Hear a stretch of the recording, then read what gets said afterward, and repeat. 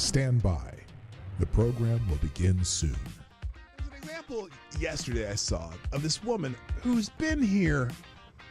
I mean, we might even play this clip. She's been here 20 years. She has 3 kids who were born here. Her kids are because of birthright citizenship, which is another subject that's coming up. And she's never bothered to even try to resolve her immigration status. Not in 20 years. She has never tried to resolve her immigration status. Not through Republican presidents, not through Democratic presidents, nothing. And so now, she's worried about being deported because they put out the sob story of this woman. Well, that's not the average person they're even looking at right now. The average person they're looking at, crossed in the last 3 years, are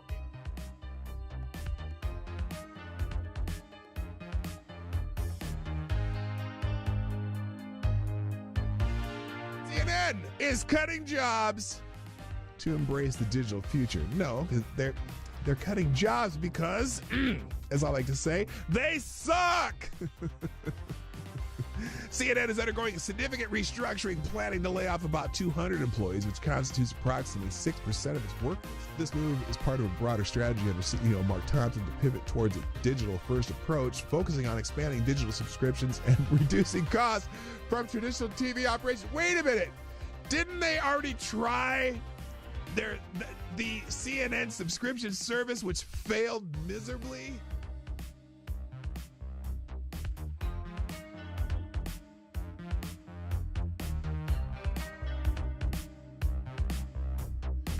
Which, if you truly have compassion for trans kids, you would allow them to all go through puberty, because 90% of kids who think they're trans change their mind once they go through puberty. That puberty is the fix for most of the problems. But you guys want the medicalization of kids and sterilization of kids and medical and surgical altering of kids who can't make that decision at 12 years old or 13 years old. Diablo asks, why is it when I try to show empathy and concern, people always misconstrue it? Last time I asked someone if their mom at least got a good check from the clinic that botched the abortion. Oh!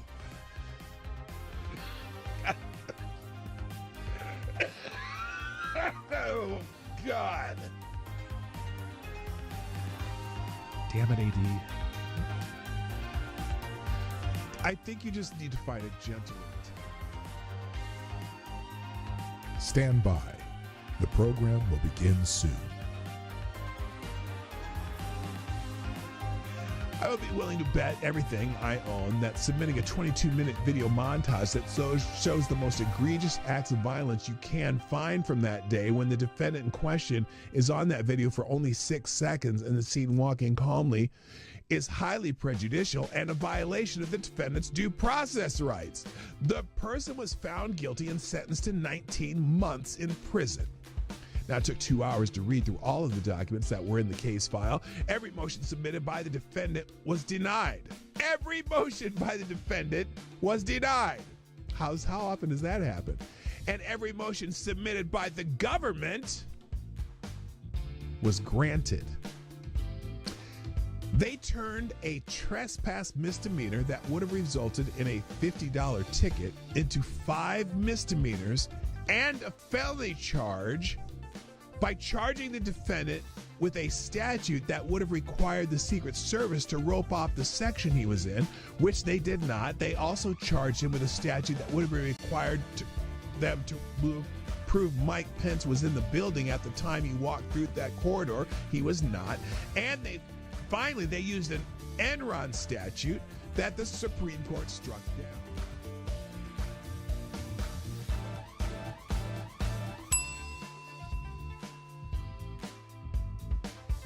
If you accept a pardon, you are admitting guilt. Period.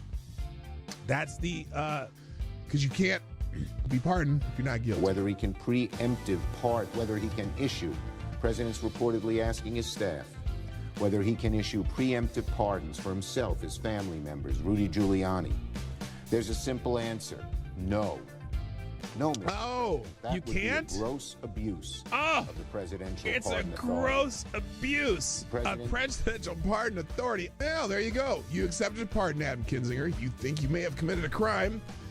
Oh, here, J.B. Raskin. Dirty Q-tip. Dirty Q-tip, J.B. Raskin. What else? What did he have to say? Well, the seeking of pardons is Yes, it's only on powerful one side. demonstration of the consciousness of guilt. Or at least the consciousness that you may be in trouble. J.B. And that's Raskin. what's so shocking Did he about get a this. pardon also? Wasn't he on that The committee? seeking of pardons is... He was on that committee. I'm curious if you're going to condemn that part. Are you going to condemn that pardon? You know, Joe Biden pardoned a lot of people. Yeah, he should answer for that and explain. Lots of murderers, lots of drug dealers, lots of people who killed people, commuted the sentence of a couple murderers. One who, in fact, one drug dealer who people died from taking the drugs that they sold them. Stand by. The program will begin soon.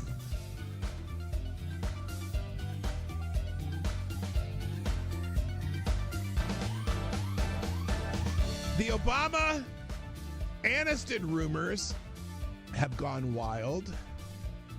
Rumors have emerged on social media that suggest Barack and Michelle Obama might be heading towards divorce, with speculators linking Barack Obama to actress Jennifer Aniston. Those rumors have gained traction following Michelle Obama's absence from Jimmy Carter's funeral and the inauguration, and are based on tabloid stories and social media speculation without solid confirmation from the individuals involved. So far, they're still rumors, and I don't know why people are perpetuating them, but it is kind of fun to perpetuate rumors like that. No one's come out to, out and out deny anything. That's the weird part.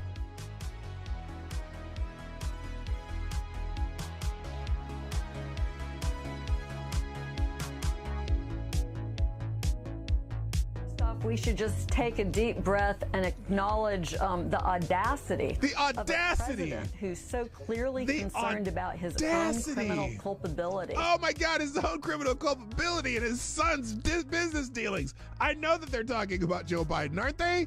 And that of his family members.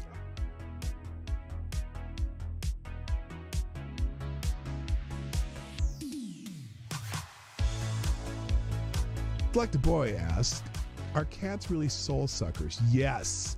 Yes. That's why I'm not into cats. Dogs, man. I'm a dog guy.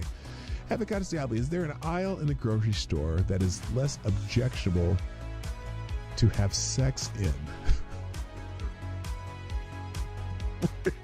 Where do you come up with this shit? Dude.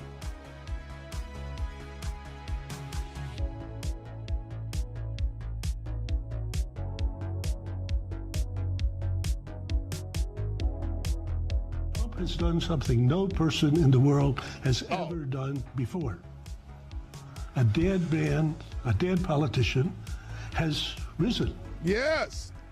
Somebody who 4 years ago at Davos, he's buried, a dead. And I wonder how many people at Davos have been funding Donald Trump's demise that has failed. I wonder how many people at Davos, again, let me say it again. I wonder how many people at Davos have been funding what they had hoped would be Trump's demise. I bet you there's a few of them there. And it didn't work, did it now? Didn't work now, did it? Politically known to me. He's now returned. This is the greatest comeback in political history of a politician. And then, therefore, he thinks he can do anything.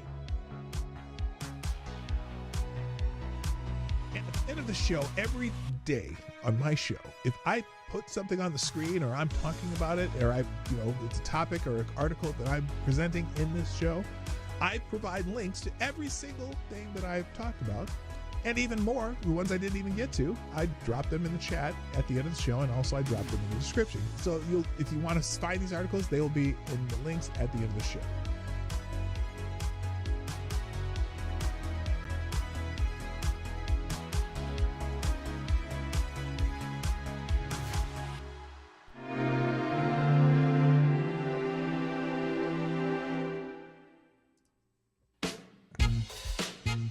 Ladies and gentlemen, coming to you live from the Lucky Dog studio in a hidden location somewhere in the upper Midwest of the United States of America, it's a brother making his own way but with all the wrong opinions.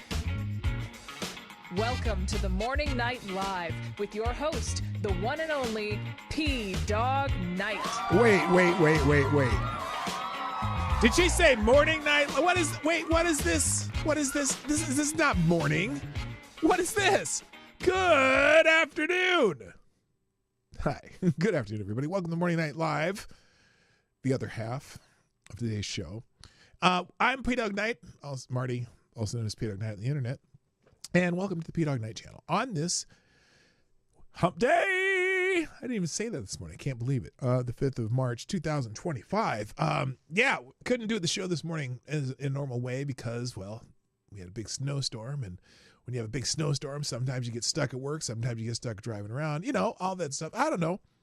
So anyway, so we're going to do a show this afternoon. I wasn't going to go into Trump's address last night, the speech, whatever, but there's a couple things I want to highlight about it.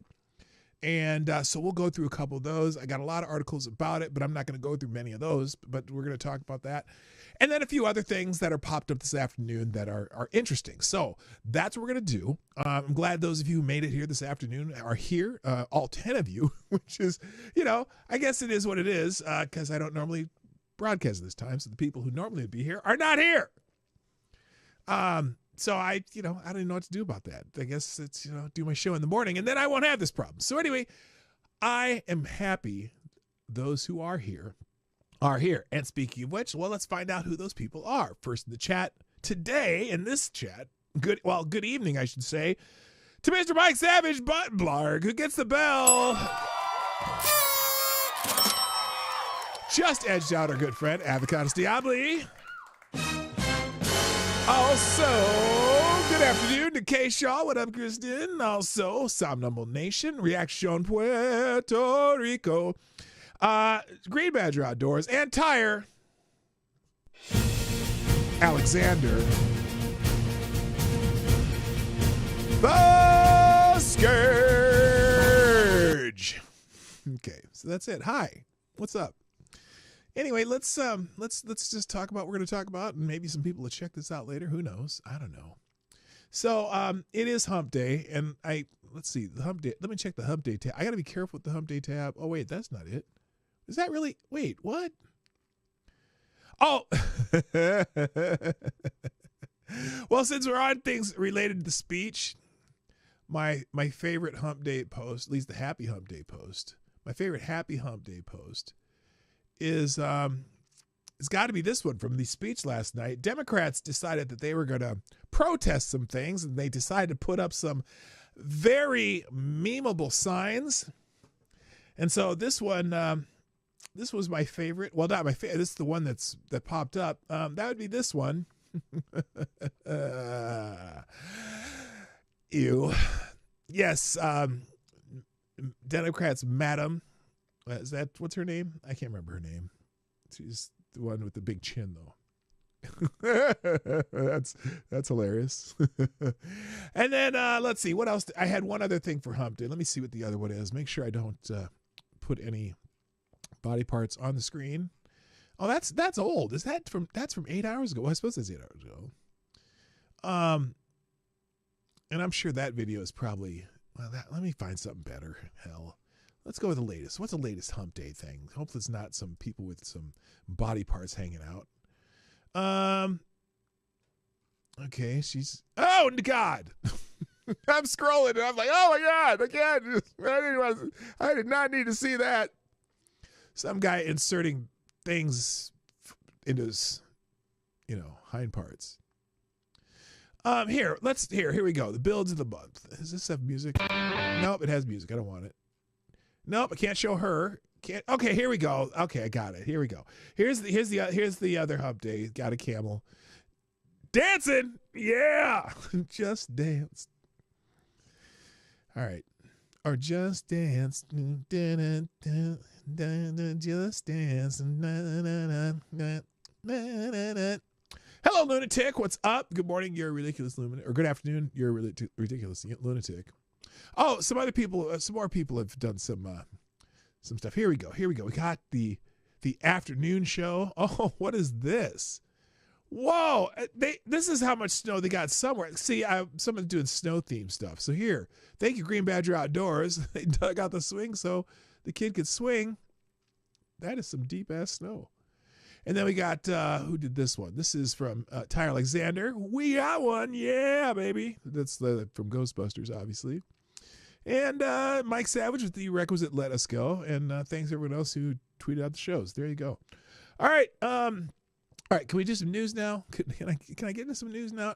Obviously, the other part too, if you see people walking around with what looks like dirt on their forehead today, don't freak out. It's just because it's Ash Wednesday. So Ash Wednesday, the beginning of Lent, there'll be people walking around with smudged ash crosses. That's not easy to say. Ash crosses. Try to say ash crosses 5 times really fast. That's difficult. Anyway, so if you see someone looking like this, it's because it's Ash Wednesday, the high holy day. Now, this I didn't open this, but I'm going to open this. I want to see what this is because this is supposed to be spectacular. This might be one of those music things that gets me, But I got to see this because someone said, listen to the soul-stirring Miserere Me Deus on Ash Wednesday as we begin Lent. Wait for the top C, one of those perfect moments in music ever. So let's check this out. This is not normally my thing. I don't do, music and stuff, but hopefully I can get away with this one. Let's see how it goes. Oh, man. That is beautiful.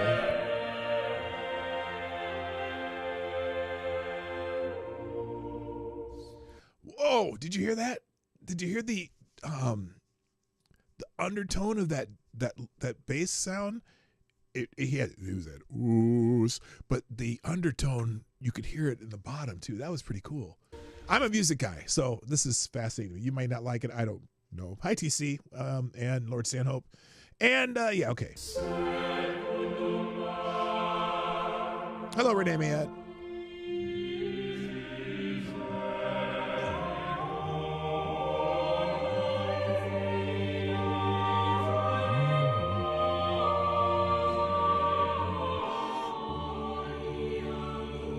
Sorry, I'm adding a little myself. Hello, Woo. What's up, my good friend, my dear friend from high school? Good afternoon. The first time I've ever saw someone with ashes on their forehead, I approached them and whispered, "You have schmutz on your forehead." And she said, "Bless you." I was clueless. Okay. Yeah. So yeah, like I said, don't tell anybody. Don't tell them about their ash on their forehead. Okay, wait a minute. I'll get back to this song though, because I want to hear this high C. And this is just me being the music guy. I'm adding a little bit of extra bass in there once in a while, just because,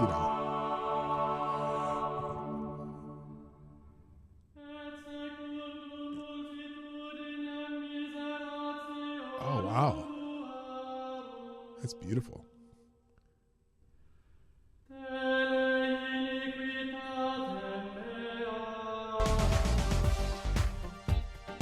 Well, that's appropriate.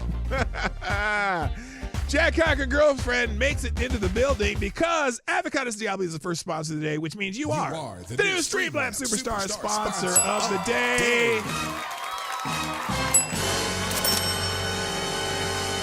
Avocados Diablo says, yes, that is definitely a mark for Ash Wednesday on her forehead and definitely not from me putting a cigar out. Oh, my God.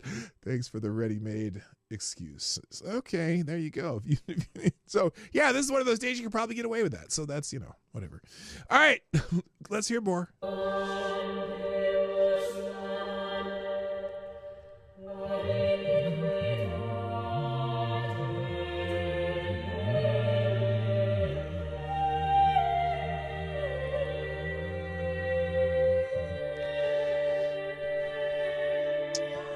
Man, this is so good.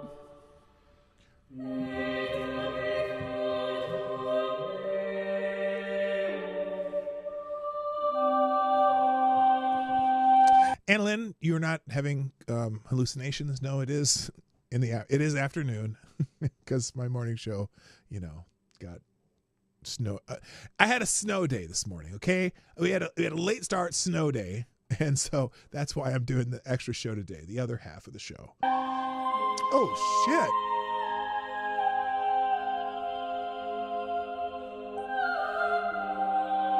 Oh man, that's amazing.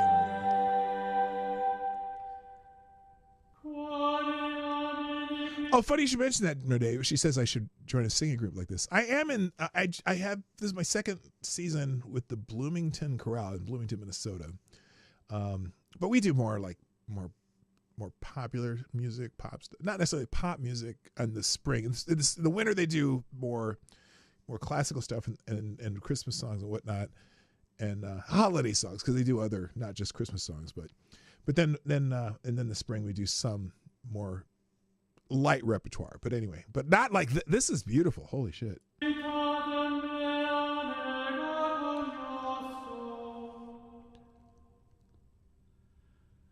No, not corral, not like a pen for horses or goats or something.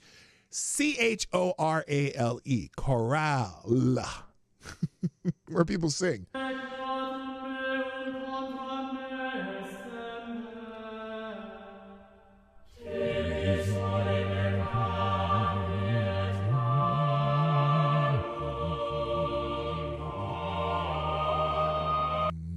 Okay, there you go. So there you go. I got caught adding.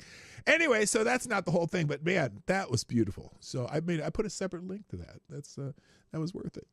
All right, move on into some news. Lent. Oh yeah, it's Lent. I already said that. So there's people talking about. If you want to know what Lent is, I put a Lent tab there. If you're not sure, if you're not into it, not chlorine. Good Lord. It's clitoral. Stop it. Okay, y'all aren't funny. It's not funny anymore. Shit's not funny. Sorry. You tried. Ha! Actually, it is kind of funny. All right, now, well, here, this will change your mood. Apparently, South Carolina is going to, good morning, good afternoon, GDSOB. South Carolina is going to have their first firing squad execution in I don't know how many years. Brad Sigmund, a 67-year-old South Carolina man convicted of double murder in 2001, is scheduled to be executed by firing squad on Friday. The execution method marks a return to a practice not used in America for 15 years. The execution involves Sigmund being strapped to a chair, hooded with a target over his heart, executed by volunteers using special bullets. Holy crap. That's crazy. Here's another thing here. Let's see. All right, here we go. And this is he requested this, by the way. I don't think that's normally how they do capital punishment in North South Carolina, but I think it's an option. Sigmund will be strapped to a firing chair with a hood over his head and a target over his heart, according to the AP. The 67-year-old was convicted of double murder in 2001, where he killed his ex-girlfriend's parents with a baseball bat. Ugh, brutal. Sigmund says he prefers the firing squad because he was worried the electric chair would cook him alive. He also rejected the lethal injection option because it took previous inmates over 20 minutes to pass away. Sigmund says he knows his passing will be a violent one, but sees it as his only good option. He does not wish to inflict pain on his family, the witnesses, or the execution team, but given South Carolina's unnecessary and unconscionable secrecy, Brad is choosing the best he can, as lawyer said. Okay. Holy shit. That's wild. I didn't even know they still do that. Bring back the guillotine. Yeah, I think that would be a little more brutal even than a firing squad for people. But it's quick, I gotta admit, unless they forget to sharpen the damn thing. Hello, Sapphire Dragon. Welcome to the show. Nice to see you. All right, moving on. Reaction in Puerto Rico sent me this one, and I hadn't even thought of this. This is true. This is a great question Scott Adams asked. So here's Scott Adams asking a really good question about the situation with Ukraine and Russia and all the Europeans and all that, because, we were worried about thermonuclear war and shit. Here's the question. It's also okay, maybe not. Let's try that again. It's also weird that Europe has nukes, and those are not a Why does this thing keep stopping? Motherfucker, stop. Deterrent to being invaded. Like, what are they actually buying weapons to do? it keeps stopping on its own. I don't know why. Are they buying weapons so that they don't have to use their nukes if Russia tries to roll over Europe and take over the UK? That's a damn good question. Because, you know, they decided that they're going to start fighting Ukraine, right? And they're worried about, you know, like, look, I don't want Russia to take Ukraine. And I'm curious why the Europeans are saying, okay, we're going to help keep this war going. And if they keep the war going, and some of them are willing to put boots on the ground and start World War III, why aren't the nukes in France and who else has nukes in Europe? France for sure, right? Do the English have nukes? But there's other countries. It's not just us over here have nukes. Yes, we have a lot of nukes. The Russians have a lot of nukes. But aren't the nukes in Europe a deterrent? Anyone? Anyone got an answer for that? I don't. But it's a great question. Thank you, Reaction Puerto Rico, for bringing that out there. Also in the news right now, remember this? So in Texas, there was this measles outbreak, right? And so it's weird that all of a sudden all these Democrats are trying to blame a measles outbreak in February of 2025. They're trying to blame it on Trump, and they're trying to blame it on anti-vaxxers and all this other stuff, right? But this measles outbreak in Texas happened in Texas, and it was near a Mennonite community. So a lot of Mennonites don't vaccinate their kids either. It's not because they're anti-vaxxers. It's just they treat that as part of their religion, whatever, right? And also it happened in Texas where all of a sudden all these people are showing up from other places that may not have measles vaccinations. You know what I'm saying, right? You know what I'm saying. So it's like and then now one child has died in Texas. Okay. And they're acting like, oh, this is because of the Trumpers. This is because of, Bobby Kennedy Jr. This is because the anti-vaxxers. Except the measles vaccine, MMR, while it is very effective in preventing measles, it's not 100% effective, first of all. Okay. It's about 90, just under 90% effective. So people who have had it could still get the measles, but it's unlikely. And apparently it's confirmed that this child that did get the measles was unvaccinated. So here it is. Measles outbreak, Texas child dies, sparking a vaccine debate. An unvaccinated child in Texas that died from the measles. What's interesting, because it's a child, they're not going to identify the child. And I'm very, very curious if this child is a recent arrival or something like that. But also, here, let me finish this summary and then we'll get into it. Unvaccinated child in Texas has died from the measles, marking the first death from the disease in the U.S. in over a decade. Wait a minute. So just over a decade ago, another child died from the measles? Read between the lines when they start talking about this, because it happens. I mean, there's an average 200 cases of measles in the United States a year, roughly. I mean, if you look at the many years. But anyway, so the event sparked debates on social media about vaccination policies, with some posts defending vaccines and others suggesting questioning their safety and efficacy. The outbreak has also led to measles cases in Florida, where health officials are addressing the spread, and in Texas, authorities are warning against measles parties intended to expose children to the virus to build immunity. Because, I don't think you can get the measles twice. I had the measles when I was a kid. I remember I had to stay home for like 6 days or something. I missed a week of school because I had the measles. But well, okay, we're going to talk about this in a minute. Because there's a couple funny things I saw. One, where is this? And yeah, this is what a kid looks like as measles spreads. Health Secretary RFK promotes vitamins and cod liver oil, not vaccines. No, he didn't. Oh my God, they are lying. And apparently cod liver oil someone's talking about cod liver oil. So Professor Peter Hotez, he's one of the leading COVID vaccine guys, right? He was on all the CNN and MSNBC constantly talking about, and he's their go-to if you want to have a left-wing position and a pro-vaccine, which I'm pro-vaccine. I believe in vaccines for kids. I'm not saying I'm not anti-vaccine. All of them, maybe not, but whatever. But I am pro-vaccine. Anyway, so he puts on this his thread, which he restricts replies, talking about being about the role of vitamin A and a role in the treatment and prevention of measles. It's actually an interesting story, but unfortunately one that's being twisted, weaponized by the wellness influencer, multi-billion-dollar, to push vitamin A like they did for ivermectin. You don't like ivermectin. Howdy, Keebler. What's up? It starts in interesting findings in the 70s and 80s that kids in low-income countries with malnutrition and vitamin A deficiency and xerothalamia had a higher mortality from infection.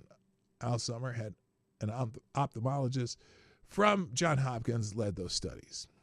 Dr. Summer, who went on to become a dean at Johns Hopkins Hospital or medical school, whatever, demonstrated in Tanzania a therapeutic benefit for hospitalized kids under 2 with measles. I think those studies are sound, but remember they're malnourished kids with xerothalamia, whatever, can't say the fucking word.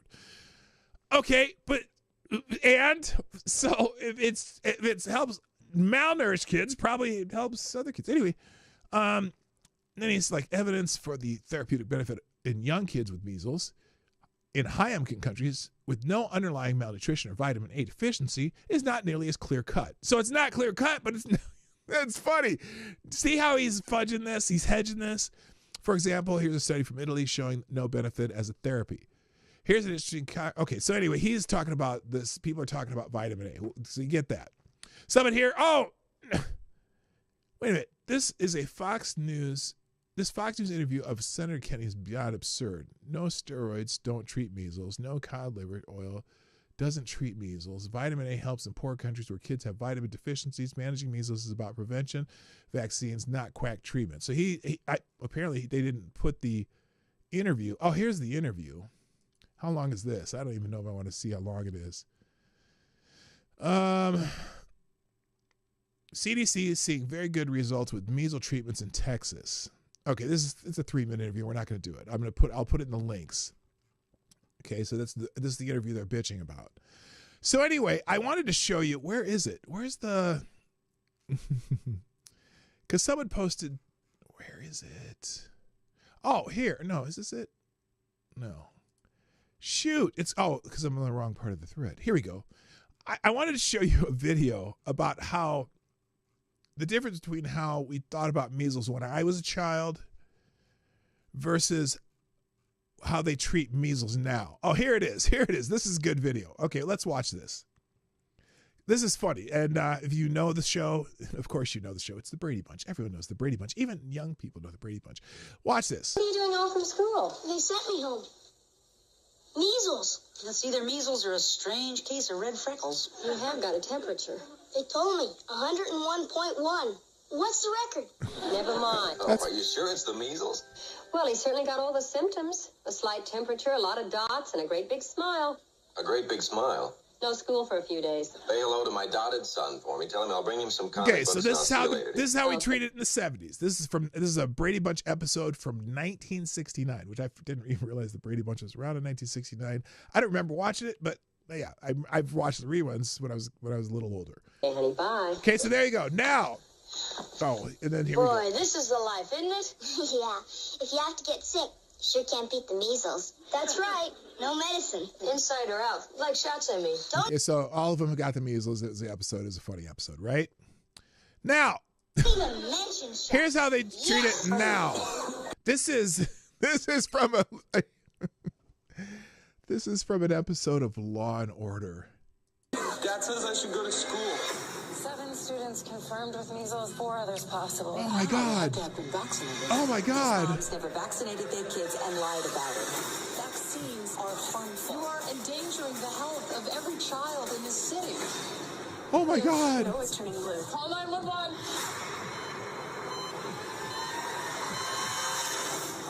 Now, the obvious difference is how we're treating it now versus how we treat it. The alarm bells and everything.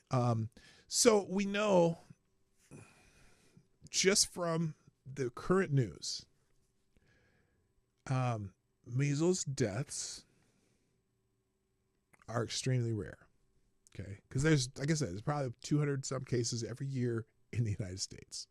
I went and looked through a chart of measles cases over the last, I think it was a 20-year chart, and it's rare outbreaks. But what's interesting in this case, again, it was in a Mennonite community where people aren't vaccinated already. I mean, a lot of Mennonites do not vaccinate their children. They don't believe in it.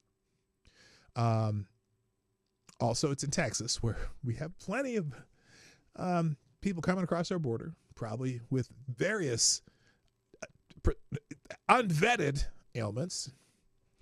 And I'm sorry, the hype over the measles. Yes, measles. People get measles, and we're freaking out about it.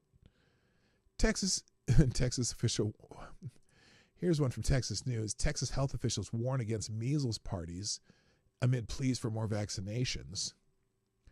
Dr. Ron Cook, Chief Health Officer at Texas Tech Health Services Center in Lubbock, urged families to avoid such gatherings and instead get vaccinated. Because a child did die. I am curious, too, about this child that died. What else was wrong with the child? Did the child have other comorbidities that a weakened immune system would cause someone to die? Because, again, measles deaths are extremely rare. But now that one child died, this is right now, it's just a narrative because, people are actually questioning vaccines somewhat, and the efficacy and the testing and whatever of vaccines, which we vaccinate all our kids with all the stuff they told us to vaccinate them with. But it's weird that, suddenly we have, we did get, American kids get, I think, like 27 or something different vaccines versus in Europe, it's like 6. Is it brought to you by Pfizer? Yes, sponsored by Pfizer. It makes you wonder what we're doing. All right, moving on. Elon Musk went to visit, I believe, Senate Republicans today. Elon Musk, the entrepreneur behind multiple tech and space enterprises, including the Department of Government Efficiency, DOGE, met with Senate Republicans today at their lunch meeting. This gathering aimed to address GOP senators' concerns about federal workforce reductions and other government efficiencies alongside Musk's broader involvement in regulatory and legal discussions. So he got to go and meet with the Senate today. Here's Elon Musk heading to the Senate. What's your message today, Mr. Musk? Okay, I guess they're not. He didn't answer questions on the way in. So there you go. All right. So he put on a suit coat though. I wonder what it's under that on that shirt though. Oh, by the way, speaking of which, let me just show you something. If you didn't see it earlier today, I got a new video. I got a new video to show you. Let me see if I can show it to you here. History. Let's go with the history. What the hell? Where is? Oh shoot. Okay, I got to go to my channel here. And shorts. Okay, here we go. I am going to. This is my. Oh, hang on. Oh, stop. Okay, let's have a little commercial break in the show because, And by the way, I have some new merch, and this is how I have announced my new merch. What the hell happened there? That's not how it goes. Why isn't that doing full screen? That's weird. Anyway, here we go. Here's the new merch ad. We begin tonight with Musk and big balls. Big balls. Big balls, big balls, big balls, big balls, big balls. And I don't know if you've got to know Elon yet, but he doesn't bring a chisel, he brings a chainsaw.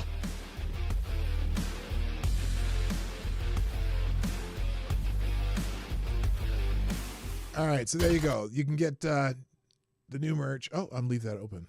I just want to click it here. Let me pause it. How do you pause? We begin tonight. There. It will be in the links today. There you go. So big balls. It's well here. Let me do this. Here's the logo that I created for Doge. Doge, Big Balls and Chainsaws.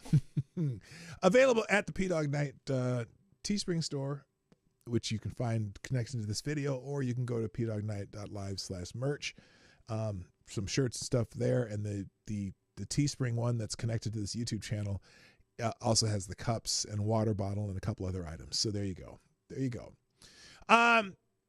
Moving on. Let's see. What else did I have here? Why is this?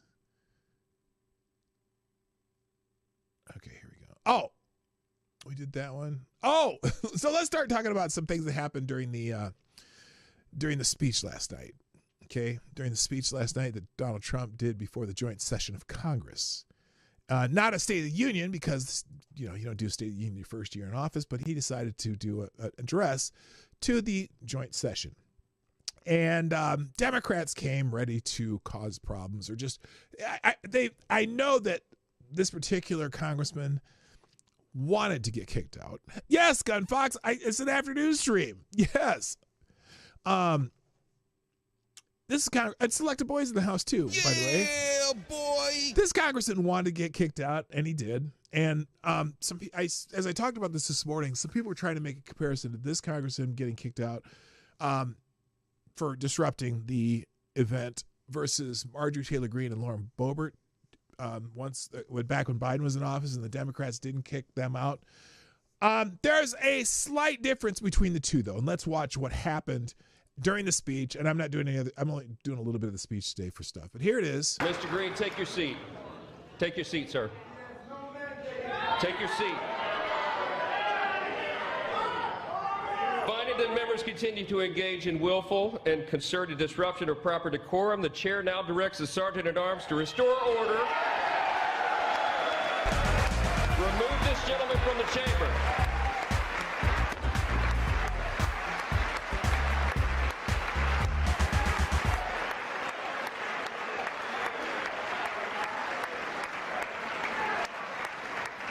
The only thing they didn't do, I think he was maybe hoping they would drag him out of there.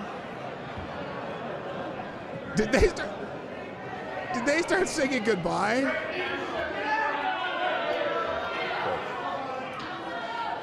All right, so that was the scene. They didn't. What he started to do. I don't know if they showed the part where. Let's see. I don't. They don't have the part where he actually.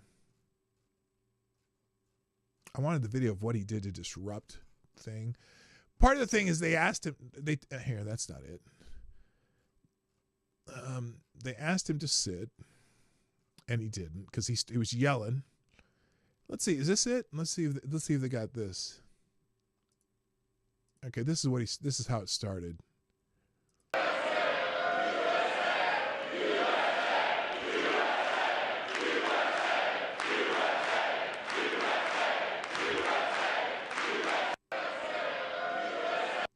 Okay, that's not even part of it. He got up, started yelling, then he wouldn't. They asked him to be seated. He didn't, and so then they removed him from the chamber. Now the difference is between what happened with Marjorie Taylor Greene and Lauren Boebert is, yes, they had an outburst, but they shut the fuck up and sat down after their outburst when they asked for order. So that's the difference. Real quick, thank you, Gunfox61, dropping the Hamilton in the tip jar. You are the new Streamlabs Superstar sponsor today. And since we, this is a good time as any for this. Let's do a little quick update on the Ukraine situation. Thank you, Gunfox, and then we'll get back to the speech last night. Gunfox dropped this in the show, which he gets to hijack the show. U.S. pauses intelligence sharing with Ukraine. Oh, Lord. Wow. Oh, by the way, yeah, war report Ukraine. The future of U.S. support for Ukraine is being pushed further into doubt, with National Security Advisor Mike Waltz confirming on Wednesday that the U.S. has paused intelligence sharing with Ukraine. When asked if the U.S. had suspended sharing intelligence as well as providing military aid, Waltz told reporters, we have taken a step back. He added that the Trump administration was reviewing all aspects of its intelligence relationship with Kyiv. French President Emmanuel Macron later announced at a meeting of the European army chiefs in Paris next week, saying in a televised speech that Europe is in a new era and that France must be prepared to move forward without U.S. help. I want to believe the U.S. will stay at our side, but we must be ready that if that is not the case. Okay, there's a couple things I got to say about that. Isn't it interesting that when the United States does say, well, hey, we're going to step back, that all of a sudden the Europeans decide to step up? Why weren't they doing that before in this way? You know what I mean? Yeah, they were willing to, make some loans to Kyiv, right? Because all of their support has been in the form of loans. Ours is just, we're just going to give you this shit, right? And Trump's like, wait a minute, if they're doing loans, what are we getting out of this? Because we're not allies, or at least not, they're not part of NATO. We don't have that kind of a security agreement. Of course, we said, when we took the nukes out of that we would protect them, but is that unconditional? Forever? So it's funny how the Europeans all of a sudden decide to step up. Is this Donald Trump pulling a Tom Sawyer? Someone said that the other day, and I'm like, oh, that makes sense. Because it kind of also happened with what's going on in Gaza, which I haven't told you that part yet.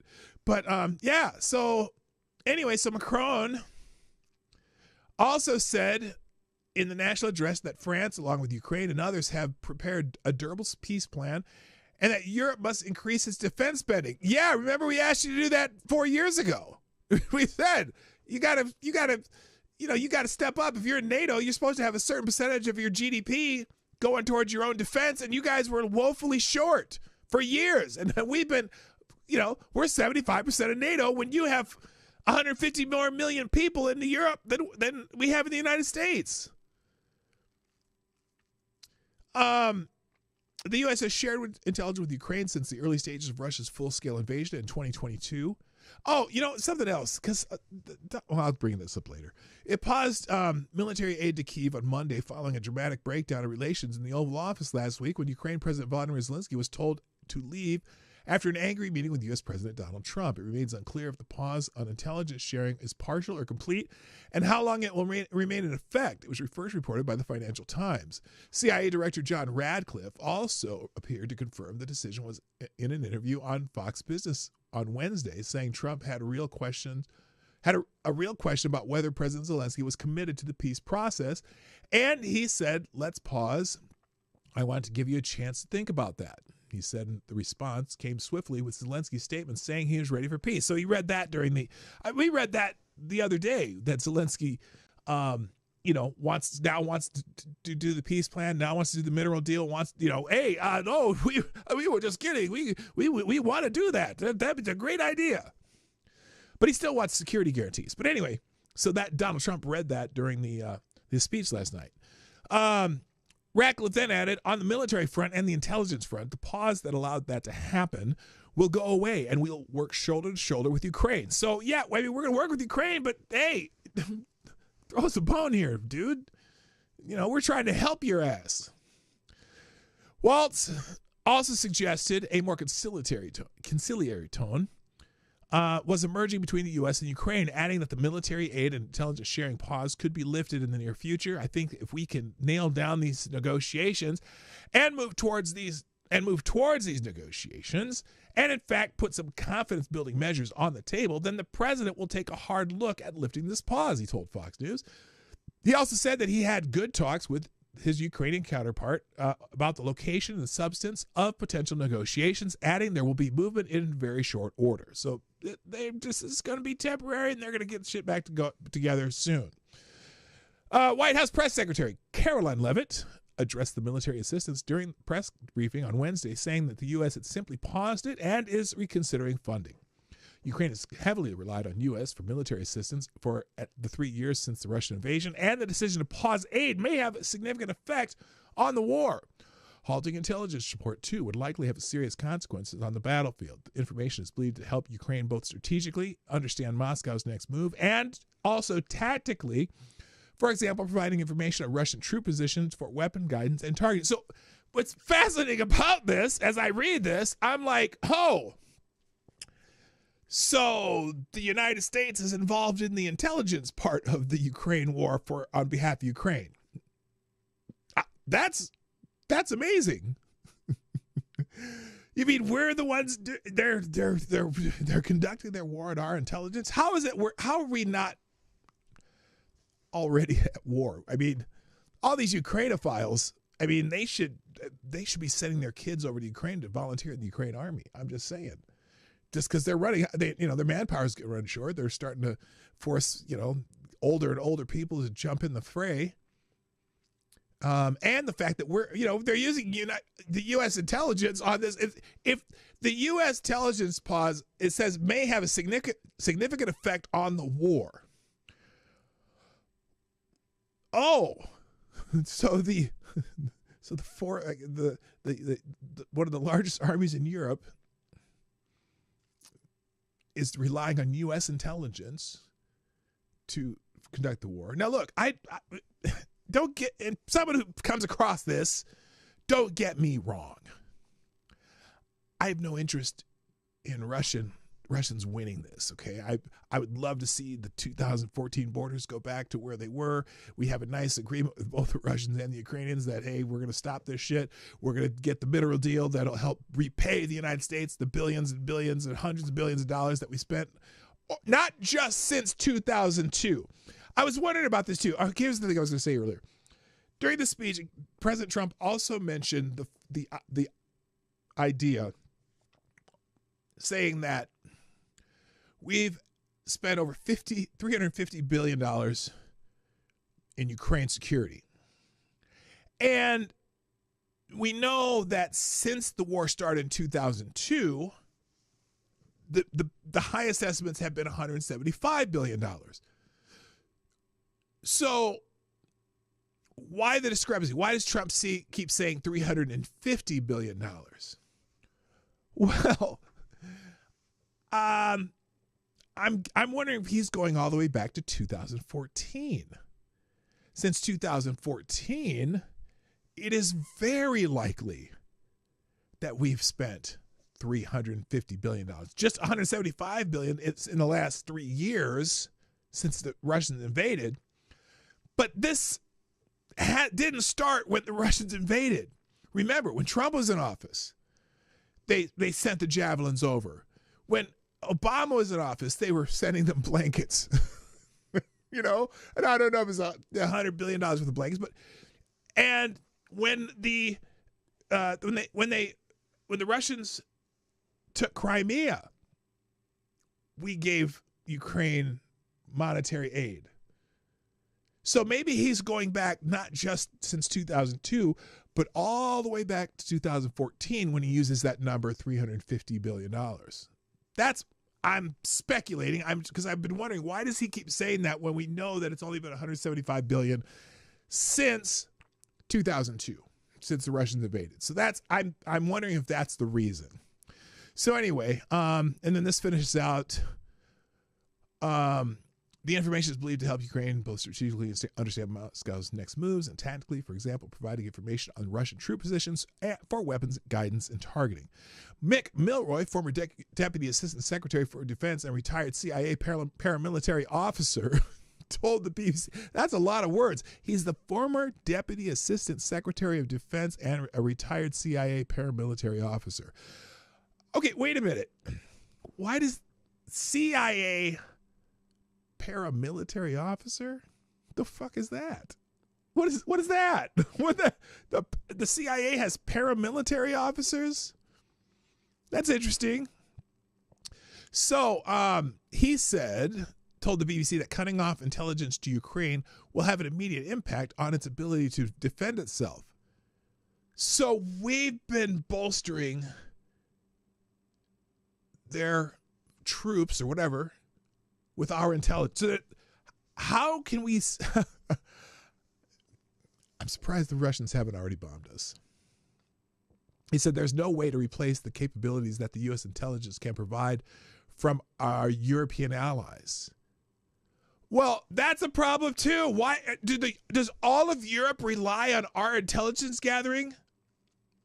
And if they do, why? Again, this goes back to the other members of NATO not carrying their weight as far as our NATO alliance agreement. They need to step up or shut the fuck up. Just saying. Just saying. And look, again, is this a Tom Sawyer thing with them finally determining that they have to build up their militaries to be part of the NATO that we envision that is going to stop the Russians, which is the only ones left? Again, the Polish president, when he said, here's the problem in Europe, they expect the 300 and some million people of the United States to protect the 450 million people of the EU from the 140 million people in Russia. That's some weird math right there. So, all right. So there you go. Thank you, Gun Fox, for that distraction and hijacking the show. Greatly appreciated. Europe for 50 years have been using the U.S. as a shield and not paying, and now they step up. Right. And it's because Donald Trump said, okay, I'm going to step back and see what you do. Again, Tom Sawyer got Huck Finn to paint that fence, motherfucker. Way to go, Tom Sawyer. And that song has been in my head for 2 days ever since I heard that. You know, Rush. You know what I'm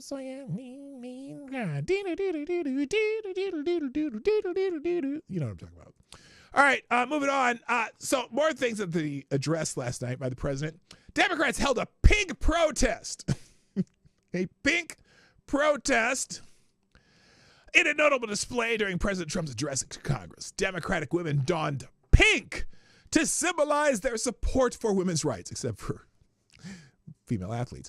This act of solidarity, however, has been met with scrutiny. Critics have pointed out what they perceive as a contradiction, noting that these same representatives had previously voted against a bill proposed by Senator Tuberville, which aimed to ensure fairness in women's sports by restricting participation based on biological sex. While the pink protest was a clear visual statement, the debate continues on whether this gesture aligns with their legislative decisions. Because most of those women, wearing pink, cannot define what a woman is. So obviously the libs of TikTok here, Democrats are now laughing at a girl getting brain damage from a male assaulting her.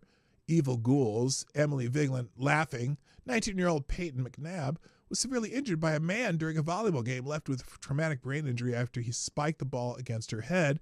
President Trump was proud to sign the executive order to keep men out of women's sports, and she's laughing at her. Do you think that's funny?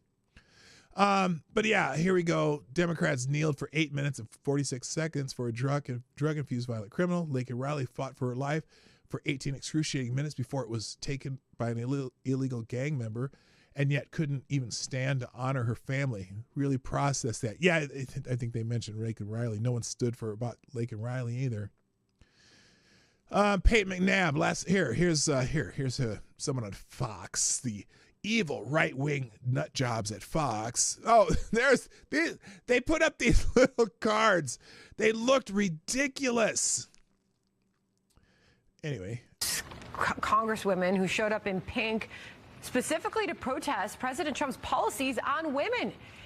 As this is happening, we've got new polling from the New York Times on biological... New York Times, listen carefully. ...males in women's sports, and Peyton... Whoa! Transgender athletes should not be allowed to compete in women's sports? Well, except... I wonder if they think the female to male ones should. Anyway, 79% oppose biological men in women's sports. Democrats are on the wrong side. What did I say? You're on the wrong side of history.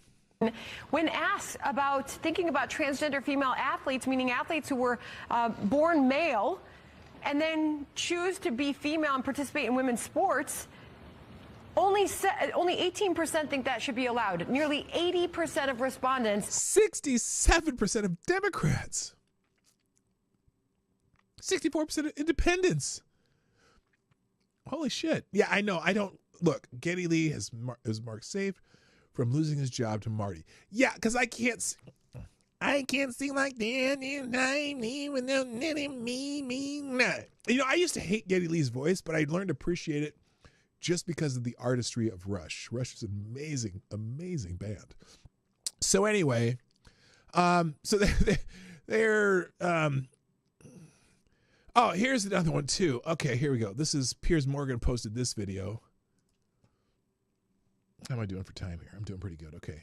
Here's what Piers Morgan put. We've ended the tyranny of so-called diversity, equity, and inclusion policies all across the entire federal government and indeed the private sector and our military.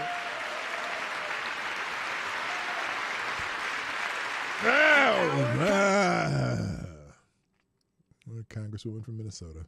Not my congresswoman, although mine Congresswoman Angie Craig apparently is going to run for the Senate to replace Tina Smith. I really hope we don't. Never mind. Maybe I can get a Republican congressman in my district. My congressional district is pretty purple, although Angie Craig has won a few elections in a row by a narrow margin. But we're ready for a Republican in my district anyway. Tree will be woke no longer. Who's he pointing to? Everyone and all the Democrats sitting on their hands. We believe that whether you are a doctor, an accountant, a lawyer, or an air traffic controller, you should be hired and promoted based on skill and competence, not race or gender. Very important.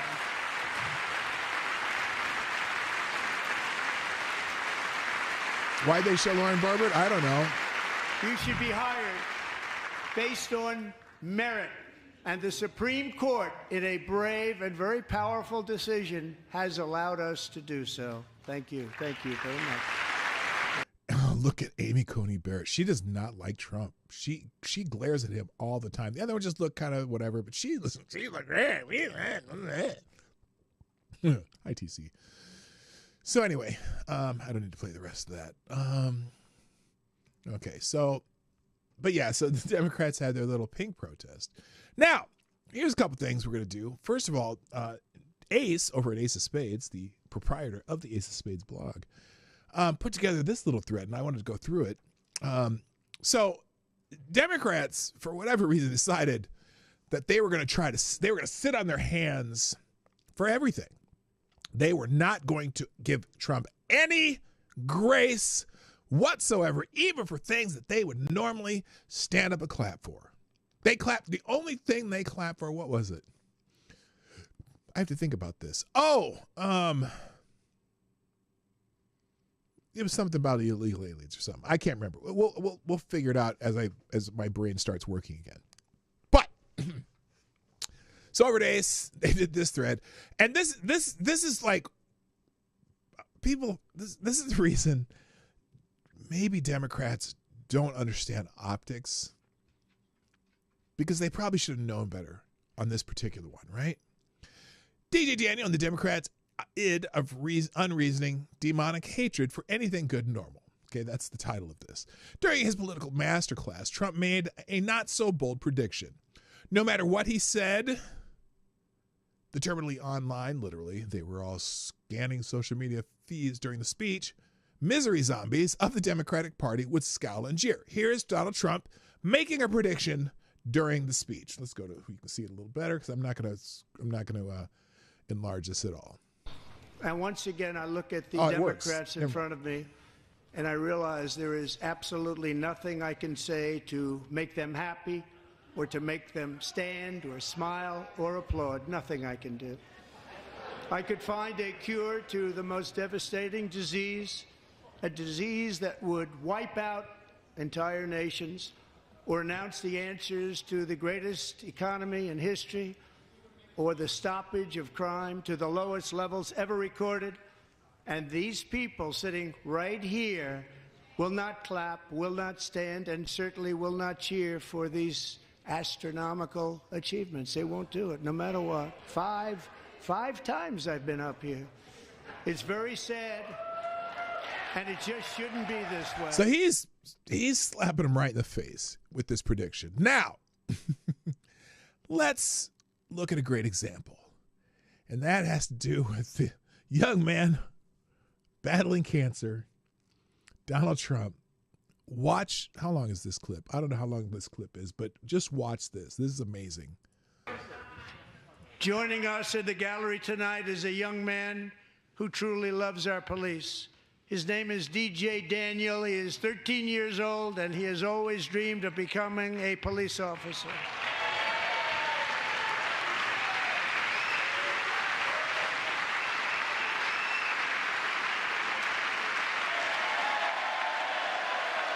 That's his dad.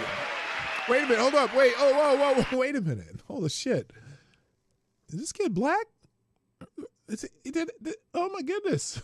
Donald Trump's showcasing a black person. Is that? Anyway. Now watch. Watch the screen now. Watch the screen.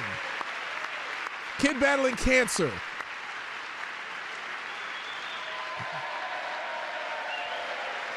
Not a single. Watch the Democrats when they scan the Democrats. Listen to this carefully. But in 2018, DJ was diagnosed with brain cancer. The doctors gave him 5 months at most to live. That was more than 6 years ago.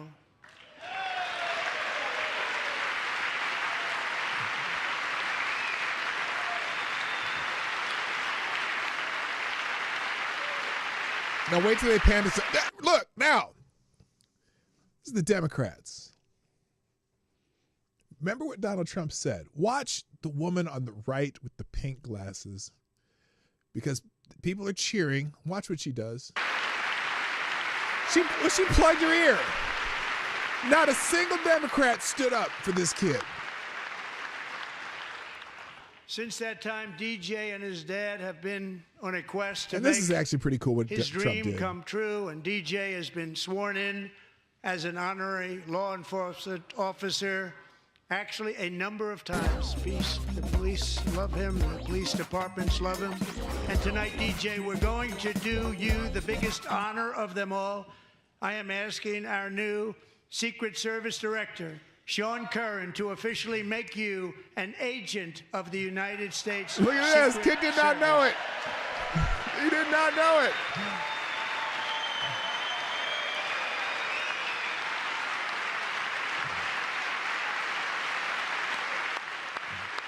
He probably, hey, they did this kid in Butler.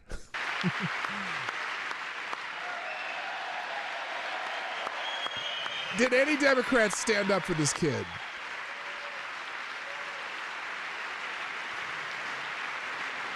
Oh, man. We get weepy. Yeah, we get weepy.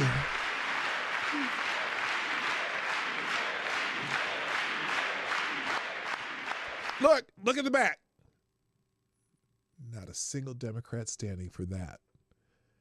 If you can't stand for that, what the fuck is wrong with you? So, by the way, thank you, Avocado Stallion, putting another small bowl in the tip jar. Yeah. AD says, surprised they haven't claimed he made that kid a Secret Service agent just because he wants another black boy to get shot. Oh, my God.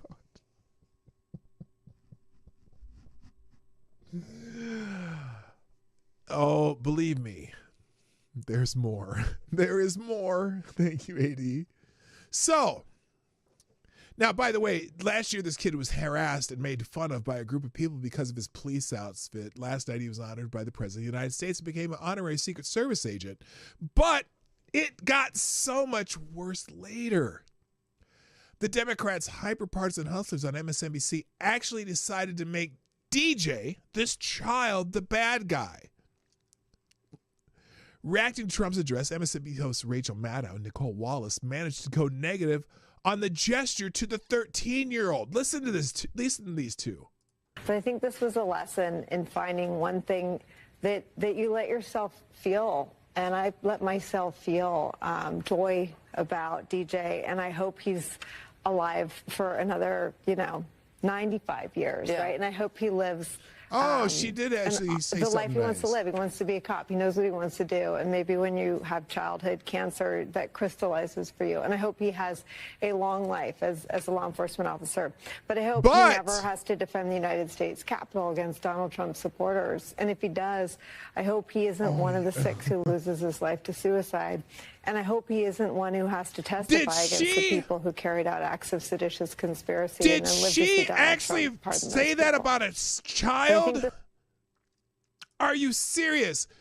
Wallace admitted she let herself feel joy, blah, blah. Yeah, if he's like, oh my God.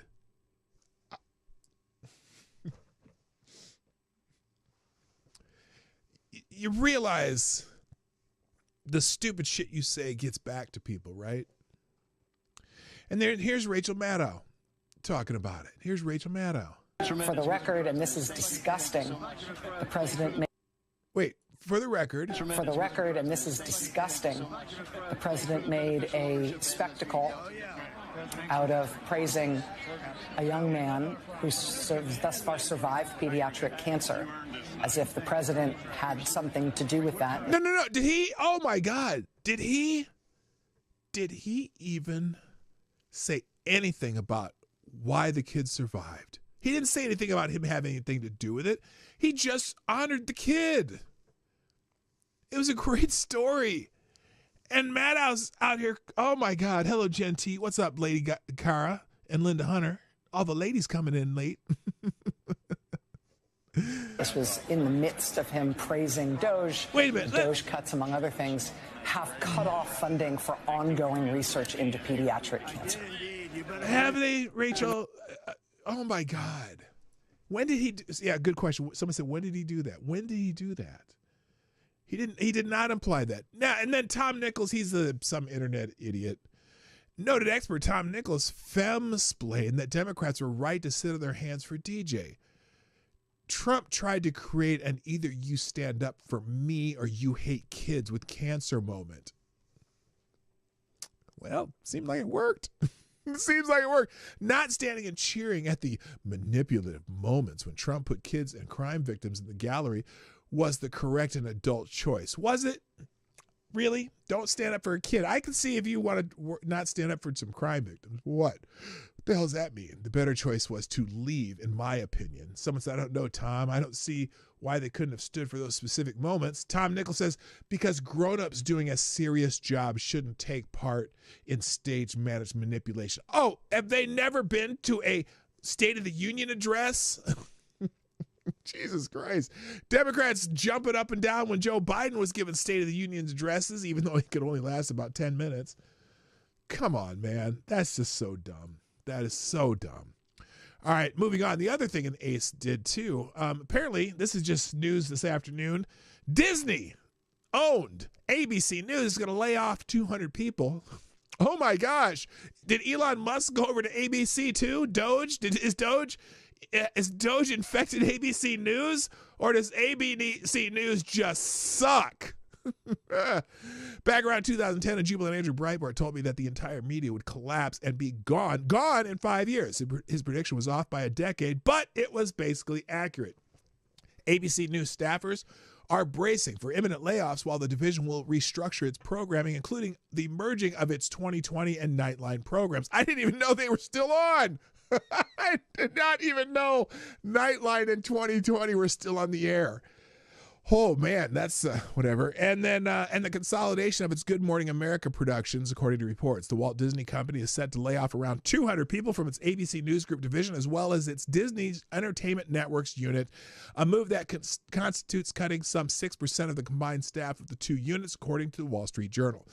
Alman Karamedovdazvik Giga. That's one of the longest names I've seen. Karamedovdazvik.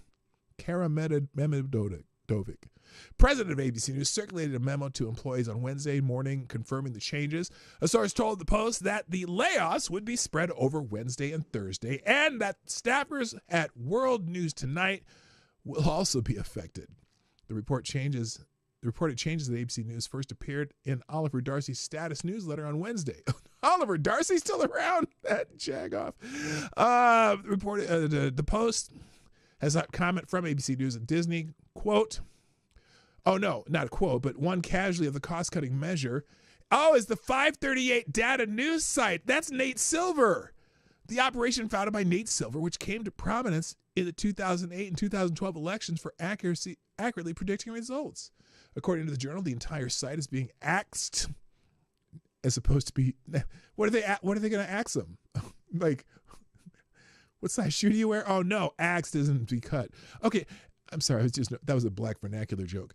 And all 15 of its employees will be handed pink slips. So they're getting rid of 538, their polling thing. Now, 538 was founded by liberal Nate Silver. It was purchased by ABC News, who then got rid of Nate Silver and replaced that liberally biased analyst with gonzo partisans who didn't even try to analyze polls accurately. They were straight up goons who manipulated polls to tell their progressive cultist audience pleasing lies. Even Silver himself routinely attacked his old firm for biased and inaccurate methodologies. 538 lied progressives into complacency about 2024, and now they're fired. Fired. ABC is also planning to consolidate Good Morning America and its third-hour GMA into one production unit, according to the report. One ABC staffer told Status that the people are freaked out, as it wasn't clear when the layoffs would be announced this week. Disney is also laying off employees at its Disney Entertainment Networks, which oversees cable channels including Freeform and FX. Freeform. Has anyone on Freeform at all? Anybody? I mean, all they do now is murder porn anyway. Is it? I don't even know. So yeah, happy hump day. And sorry, ABC News. You suck. All right. So I'm sure you've seen somebody go over the president's address, so I'm not going to do that. I have several articles open here regarding the address. And again, the worst moment of the night was Democrats disrespecting a little boy with cancer. Crazy.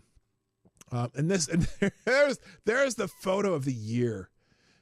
While all the Republicans are clapping for a boy who survived childhood cancer, this woman is plugging her ears. Oh, Jesus, Mary, and Joseph, pray for their souls if they couldn't even stand up for a little DJ. They have decided that their hatred for Trump supersedes common dignity. Yeah, pretty much.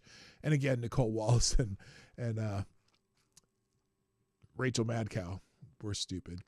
The New York Post, an opinion piece by Michael Goodwin. He liked it. Trump's rousing address puts Dems, bunch of clowns, to shame. You know, I do have one issue. Well, here, let me go through the headlines, then I'll tell you what my one issue with the president's speech last night. Because I don't agree with everything President Trump does. I don't agree necessarily with the style, but the substance I'm pretty happy with, right? I there's some things he does and I go, that's not a good idea. That's not a good idea. But, especially when he starts talking about, the protesters on college campuses and deporting and expelling protests. I don't give a shit if kids protest. That's kind of the American way. Unless they're doing some actual damage or violence or whatever, but that's Donald Trump, he does the mind vomit thing where he just spits out everything on his mind, and it isn't always well thought out. Okay, that's the way I see it. But let's go to this. But I do, like I said, I agree with most of the substance of what he's doing. But there was one thing in the speech last night that I really, really, really, I have to disagree. Not only do I disagree with it, it drives me insane. It makes me so. I'll tell you in a minute. I promise. This is foreshadowing. So anyway, New York Post and another, this is politics. This is just Trump hails his whirlwind 6-week common sense revolution as downbeat Dems protest address to Congress. So it's just a kind of a factual thing telling the different details. An American thinker, understanding President Trump's joint street address, Ben Vogt, goes through and analyzes it.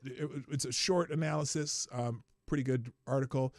At front page, this is about the pink protest. Woman who doesn't believe women exist wears pink to protest Trump. Do women exist? It depends on who you ask. Sometimes you need to be trained biologists to determine if women exist, while at other times, usually involving protests against Republicans, suddenly they have women again. Many Democratic women in Congress wore bright pink for President Trump's address. to a joint session of Congress on Tuesday in a display of defiance against the president. Representative Teresa Leger Fernandez of New Mexico, who leads the Democratic Women's Caucus, told Time magazine that the color signifies our protest of Trump's policies, which are negatively impacting women and families. Well, except for that women's sports thing, they don't, that negatively impacts women. But anyway, speaking of negatively impacting women, Senate Democrats rallied to block a bill keeping men out of women's sports. So that's a little bit of that's a dichotomy that you can't necessarily square. Representative Teresa Leger Fernandez put out a press release bragging that she led the floor debate against the rule that made in order H.R. 734, a bill that would attack trans girls, men, from prohibiting them in participating in sports. If Representative Teresa Leger Fernandez wants to see policies that are negatively impacting women, she can look at her old cracked mirror. So there's more, but that's the big part. And Breitbart. Oh, okay. I'm going to come back because this is the part that pissed me off. This is. I'm sorry. I have a big problem with this thing that he does, and I'll tell you in a minute. In the Washington Free Beacon, cry more losers. Angsty Dems jeer as Trump makes a childhood dreams come true. This is again about the young DJ. Daily Caller, Trump overpowers Democrat protests with verbal highlight reel of the first 6 weeks in office. Yeah, they protested, but he just kept going and going and going. And so you'll get more in there. Daily Wire, President Trump touts accomplishments in powerful address. America's momentum is back. So these are all just synopsis. Now, let's get to the part that I find... Oh, I didn't realize they didn't have those articles in the middle. There's that one. It's now in the correct position. Let's get the part where that I'm sorry. This I find extremely problematic. Okay. And we'll finish up with this. Because it bothers me when I can tell you exactly why it bothers me when Trump does this, okay? Last night during the speech, Donald Trump calls out, quote, Pocahontas Elizabeth Warren and other Democrats for wanting the Ukraine-Russia war to continue. Now, this is the part that I know you may not get it. Why should I have a problem with this? And I'm going to explain it. I promise. I'm going to explain it. President Trump called out Democrats for wanting the war between Ukraine and Russia to continue, noting that, quote, Pocahontas, Senator Elizabeth Warren says yes. And this is funny. This is the only thing they cheered for, by the way. This is the only thing they cheer for. During Trump's presidential address before a joint session of Congress, Trump revealed that he was working tirelessly to end the Ukraine-Russian war. Trump questioned Democrats about whether they wanted the war to continue for another 5 years. His quote, well, here is this the whole quote? Let's see if this is the whole quote. I'm also working tirelessly to end the savage conflict in Ukraine. Millions of Ukrainians and Russians have been needlessly killed or wounded in this horrific and brutal conflict with no end in sight. The United States has sent hundreds of billions of dollars to support Ukraine's defense with no security, with no anything. Listen, now that's the only thing Democrats clap for the whole night, that we've sent hundreds of billions of dollars to Ukraine. It's the only thing they clap for the whole night. But listen to the rest of this, because this is the part that really just bothers the shit out of me every time he does it. It's coming up. Listen to this. So they clap for that. And so his response, this is good. This is a great question he asked right away.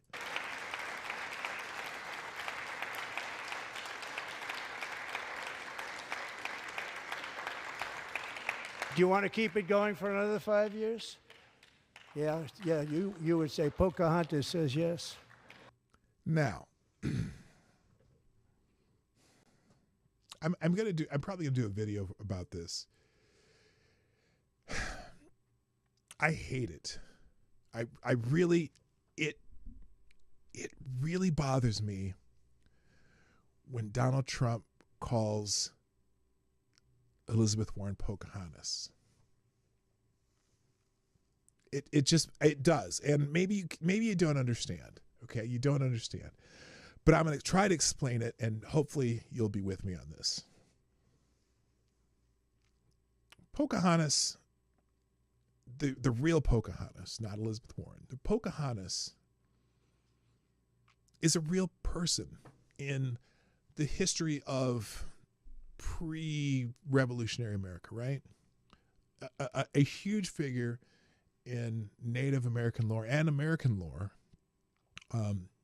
Her actions in those times saved a lot of people, and it just bothers me that in order to mock Elizabeth Warren,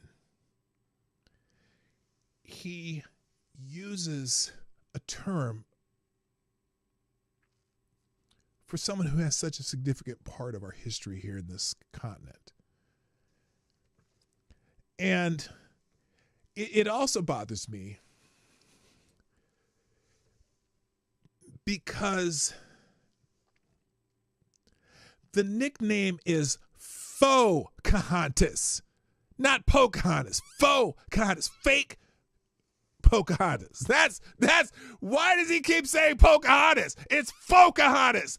Can you please, Mr. President, please, somebody tell the President of the United States, send him this video. I'm going to make a separate video for this. Somebody tell the President of the United States it's Pocahontas. F-A-U-X. Chahantas, or however you spell it. Pocahontas, please. It drives me insane that you call her Pocahontas. And she's fake Indian, not real Indian. Don't give her the honor of Pocahontas. She's Pocahontas. Get it right, Mr. President, please. I beg you. And that's it. That's the reason. Okay, that's it. I'm blowing a gasket here. Okay, guys, that's it. I really got to go. I really do. I appreciate you all joining me this afternoon. All the people who showed up. That's awesome. Where is this? Okay, let me see here. I want to see just one other thing real quick. I'm going to check the links here. Oh, I need to do this. That's what I need to do. I need to put the links in the chat. So here's, oops. No. What the hell happened there? That's not what I want. Hang on. There we go. Okay. Copy. Here's today's links for the show, from the show. And there's all those articles if you want to check them out. And I always still have the aggregator in there. There's all the links. I'll also have in the description. Okay. So there you go. Thank you. No, not F-O-E. It's F-A-U. Oh, Pocahontas. That too, but F-A-U-X. There you go. All right. That's it. Appreciate y'all. I hope you have a wonderful day. I'll drop the links in the whatchamacallit too. Oh, 34 people were here. That's good. Okay, that's not bad. Thank you for showing up at this unusual time. Some of the people who don't get to see the show in the morning showed up. I'd like to see that. And I hope you all have a great day. I see Evan S. made it. How you doing, man? All right, that's it. I got to go. Thank you. My name's Dawg Knight, and I'm out of here. Bye-bye. Have a great day. Hey, this is Dawg Knight, and thank you for watching today on the Dawg Knight Channel. If you have an observation or remark you'd like to make about this video or my channel, I absolutely welcome you to write it in the comment section down below. I really look forward to hearing from you. And before you go, if you like what you saw but you're not already subscribed, please make sure you hit the subscribe button and definitely click that bell that pops up afterwards so you'll be notified when I post new videos or when we go live. I broadcast my live show, The Morning Night Live, Monday through Friday at 10 o'clock Eastern, 9 o'clock Central.